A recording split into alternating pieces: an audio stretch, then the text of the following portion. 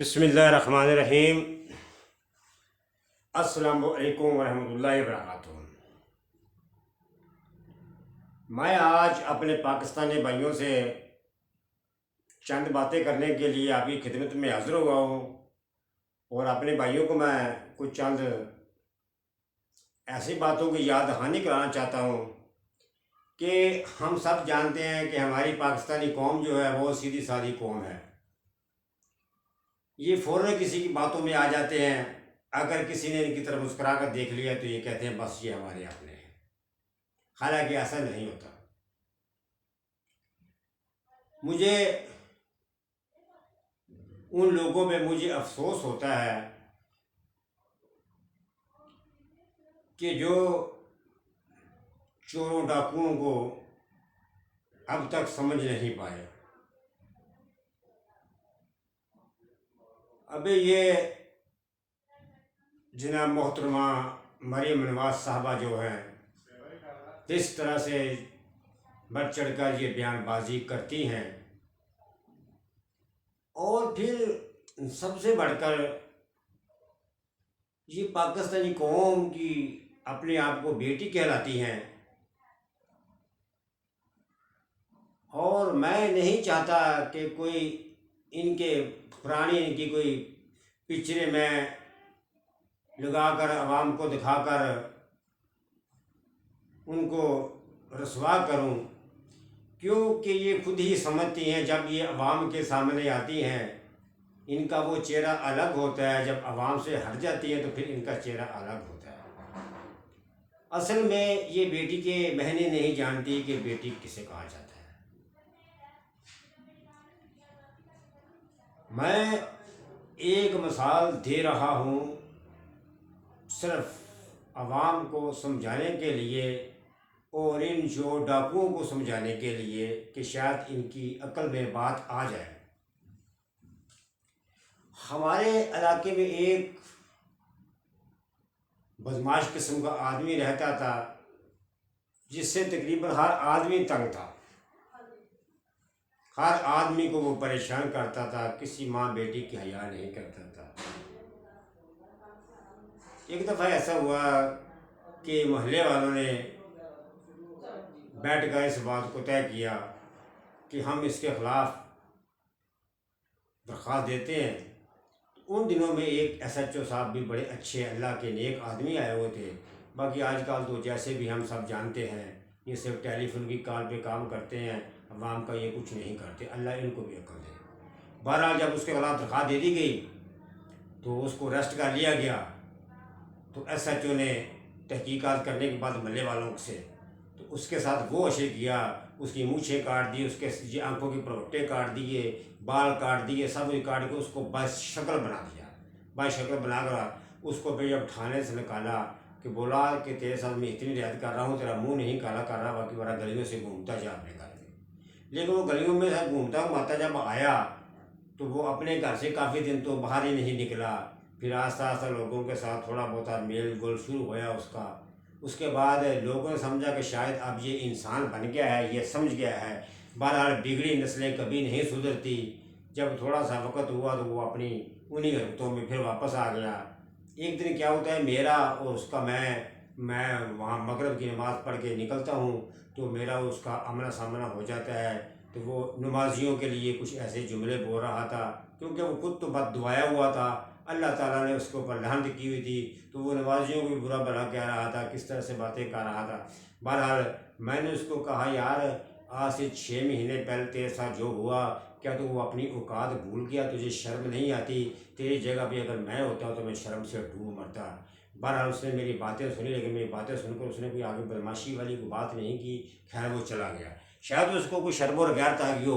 इसी तरह मैं इस जनाब मोहतरमा मरीम नवाज साहबा को वो याद दिलाता हूँ कि अगर तुम्हारी जगह पे मैं होता तो मैं डूब मरता। अभी 17 तारीख को अवाम ने तुम्हारे साथ क्या किया है? तुम किस मुंह से बातें करते हो? तुम लोग किस तरह से तुम लोग अवाम को बेवकूफ़ बनाते हो? 17 तारीख को तुम्हारे ही घर के अंदर जो तुम्हारे बाप की मलकियत लाहौर समझा जाता है, अवाम ने तुम्हारा क्या अशर किया है? तुम फिर भी बेशर्मों की तरह आके बातें करती हो। तुम इमरान खान के ख़िलाफ़ बात नहीं करती। एक मेरी बात आज बड़े गौर से सुन लो, आपने पहले ऐसी बात कभी नहीं सुनी होगी। आप इमरान खान के ख़िलाफ़ बात नहीं करती। आप ये पूरी पाकिस्तानी कौम जो है आप उसके जज्बात के साथ खेलती हैं, पूरे पाकिस्तानी कौम की तौहीन करती हैं। तुम्हारी इतनी औकात नहीं है। पर दूसरा तुम्हारा वो राना सनाउल्लाह साहब भी कान खोल कर सुन लो, तुम्हारी इतनी औकात नहीं है कि तू इमरान खान को गिरफ्तार कर ले। क्यों कि अवाम ने तुम्हारी मूँछों के बाल खींच खींच के तुम्हारी किसी ऐसी जगह पे दे देने हैं कि तुम तसव्वुर भी नहीं कर सकोगे। तुम लोग अपने चोर लटेरे डाकू हो, तुम लोग अब आवाम को धोखा देने के लिए आए हो।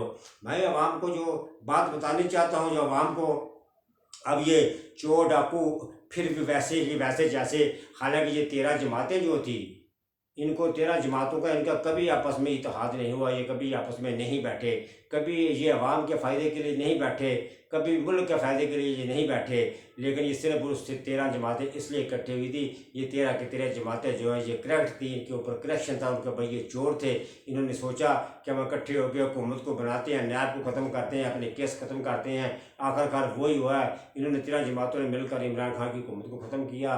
फिर उन्होंने आगे काफ़ी तरमीमें की, न्याय को ख़त्म किया, वो किया, ये किया, वो किया। सब करने के बाद ये चोर डाकू जो हैं, फिर इन्होंने, जैसे मैंने पहले भी एक प्रोग्राम में कहा कि सबसे पहले शहबाज शरीफ ने क्या किया कि नवाज शरीफ का वहाँ पे लंदन में पासपोर्ट बनवा कर भेजा, वज़ीर दाखिला को बोला कि उसका पासपोर्ट जारी किया जाए। ये सब चोर और डाकू हैं। ये मुल्क का मफाद नहीं सोचते, ये सिर्फ अपने मफादात सोचते हैं। अब इन्होंने क्या करना है अवाम के साथ, जो मैं मेन चीज़ बताने वाला हूँ अवाम को, अब इन्होंने ये करना है अवाम के साथ।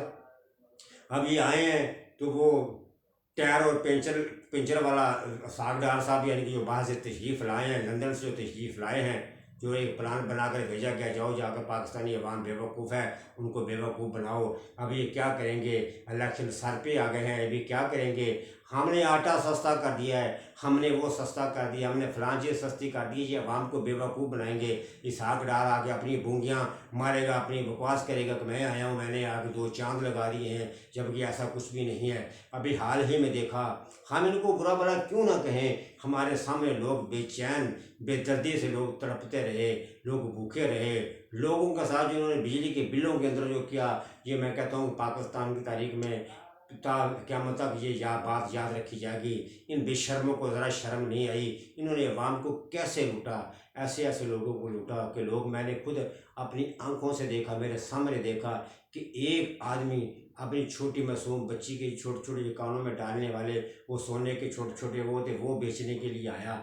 तो वो बातें कर रहा, रो रहा, कह रहे हमारे घर में बिल आ गया 27,000 रुपया, कि मैं कहाँ से भरूँगा। इन बेशर्मों को ज़रा शर्म नहीं आई। पर ये वावटा वाले हैं, ये भी इतने बेशर्म साथ हो जाते हैं, इनको अक्ल नहीं आती कि हम एक ज़माने से हम लोगों को बिल इशू कर रहे हैं, लोगों के पास बिल जाते हैं, किस इलाके में किसकी मीटर की कितनी लोगों की किस हिसाब से हमने बिल भरना है। ये बेशर्मी की कोई हद है। मैं फिर वही अपनी बात को दोबारा फिर उसी तरफ मैं ले जाता हूँ। पाकिस्तानियों, इन चोरों इन डाकुओं से बच के रहना, इनके चक्कर में ना आना। ये लोगों को फिर बेवकूफ़ बनाने के लिए फिर इकट्ठे हो गए हैं। हाँ, फिर मैं एक बात को जुमले को फिर दोहराता हूँ। एक दफ़ा एक वक्त वो था कि सदर अयूब थे, जो वो भट्टो साहब को कहा करते थे कि वन यूनिट तोड़ने की गलती ना करना, वरना यानी कि संभाला नहीं जाएगा। खैर भट्टो साहब ने वन यूनिट तोड़ा, मुल्क कहीं से कहीं चला गया।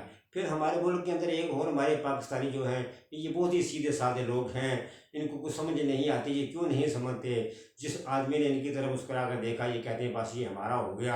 हालांकि लोग जुल्फ़िकार अली भुट्टो को लोग हीरो समझते हैं, हालांकि वो हीरो नहीं था। पाकिस्तान के टुकड़े करने वाला एक वो जुल्फ़िकार अली भुट्टो ही था। उस टाइम क्यों मुजीब को हुकूमत नहीं दी, जब मुजीब का हक बनता था। अगर मुजीब को हुकूमत दी जाती तो पाकिस्तान कभी टुकड़े ना होता। तो काफ़ी सारे लोग जो है वो भुट्टो साहब को हीरो समझते हैं।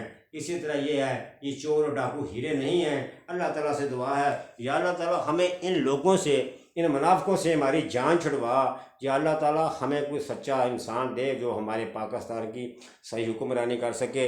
इस प्रोग्राम के साथ मैं आपसे इजाज़त चाहता हूँ। इंशाल्लाह अगले प्रोग्राम में फिर मिलूँगा। अल्लाह हाफ़िज़ इंशाल्लाह।